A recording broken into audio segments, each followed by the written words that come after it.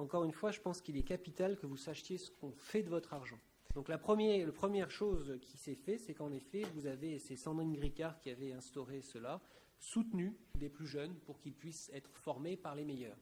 Et donc moi j'ai eu cette chance, en 2008 jusqu'en 2010, à passer 2 ans aux États-Unis, chez Neil Young, qui est en gros un peu le Gérard Saucier américain, et qui m'a évidemment enseigné, aidé et m'a transmis son expérience sur la maladie.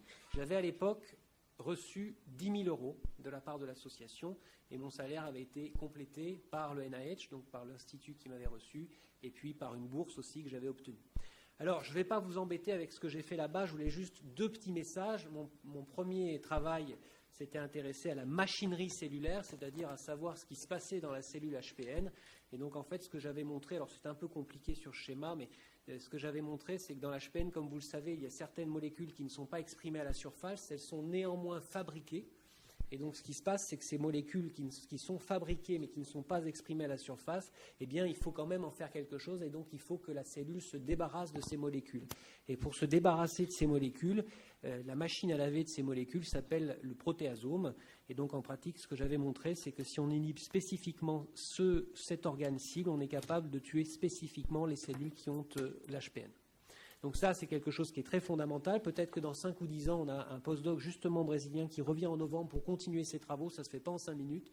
Eh bien, peut-être que dans 5 ou 10 ans, on sera capable d'ajouter un traitement immunosuppresseur, un traitement pour éviter justement que l'HPN apparaisse ou la faire disparaître. Alors évidemment, encore une fois, ce ne sont pour l'instant que des mots, que de la recherche. C'est certainement pas à apprendre comme ça, mais voilà, ça faisait une partie de mon travail.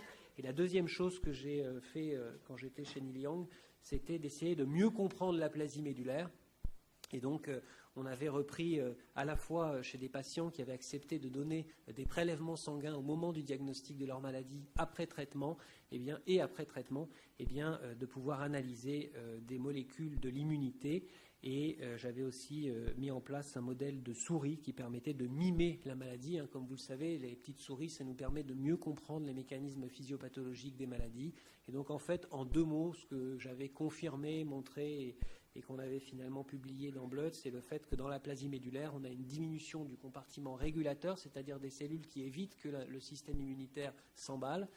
On a évidemment un compartiment effecteur, c'est-à-dire pour le coup celui qui est censé être le plus efficace, qui est extrêmement hypertrophié, c'est en haut à droite, je ne rentrerai pas dans les détails.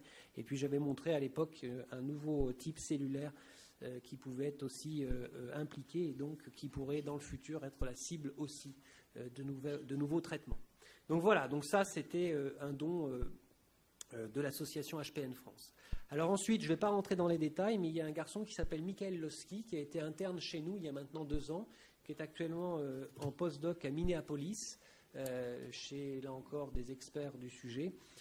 Et en fait, avant de partir, il a fait sa thèse de médecine avec nous.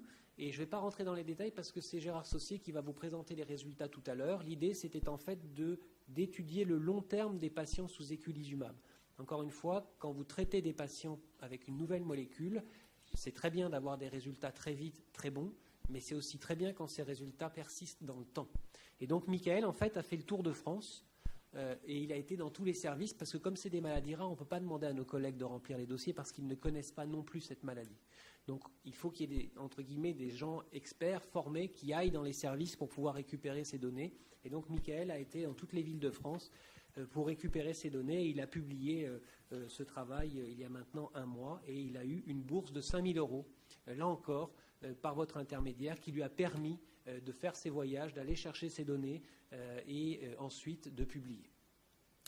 Et puis enfin, il y a Marie Robin, que vous connaissez tous. Alors c'est pour ça, jeune et moins jeune, bon, on est du même âge avec Marie. Mais encore une fois, la mobilité, c'est important à n'importe quel âge, encore une fois, pour aller essayer de grappiller une connaissance complémentaire, une expertise. Et Marie, en fait, s'occupe, comme vous le savez, essentiellement de myélodysplasie. Donc on n'est pas dans le cadre de l'aplasie médulaire. Néanmoins, on a une frontière commune. Et donc l'idée, en fait, c'était que Marie puisse passer 1 an au King's College à Londres qui est aussi un centre expert dans la plasie médulaire, l'HPN et les myélodysplasies, pour justement étudier cette frontière entre les deux. Et Marie est aussi quelqu'un qui s'intéresse aux facteurs pronostiques de greffe. Vous savez que c'est quelque chose pour nous extrêmement important de savoir au moment où vous rentrez dans le box de consultation, quand on a regardé le dossier attentivement, si oui ou non on pense qu'il est logique de vous proposer une allogreffe.